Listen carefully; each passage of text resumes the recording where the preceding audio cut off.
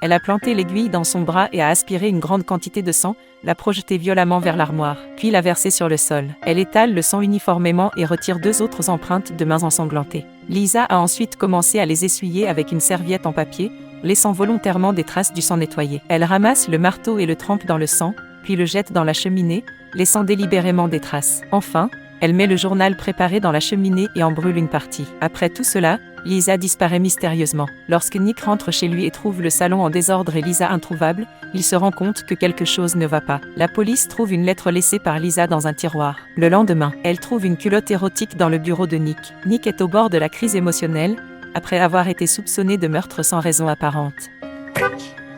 Lisa a coupé ses longs cheveux et les a mis dans un sac en plastique. Puis elle a teint le reste de ses cheveux avec une nouvelle couleur en utilisant une teinture pour cheveux. Après tout cela, elle sort un marteau. Elle a sorti un marteau et l'a enfoncé dans son orbite. Si Lisa s'est montrée si méchante avec elle-même, c'est pour se faire disparaître, afin de piéger son mari qui lui était infidèle. Il y a 6 mois, Lisa a élaboré un plan détaillé. Elle a épuisé les cartes de crédit de son mari pour créer l'illusion qu'il était confronté à une crise financière. Puis elle a souscrit une police d'assurance de grande valeur sur elle-même alors que le bénéficiaire de la police était son mari. Lisa s'est délibérément liée d'amitié avec sa voisine enceinte et s'est souvent plainte auprès d'elle de la violence domestique de son mari. Lisa a extrait l'urine de la voisine après qu'elle ait fini d'aller aux toilettes. Avec cet échantillon d'urine, elle a pu utiliser le statut de la femme enceinte pour se présenter comme un faible.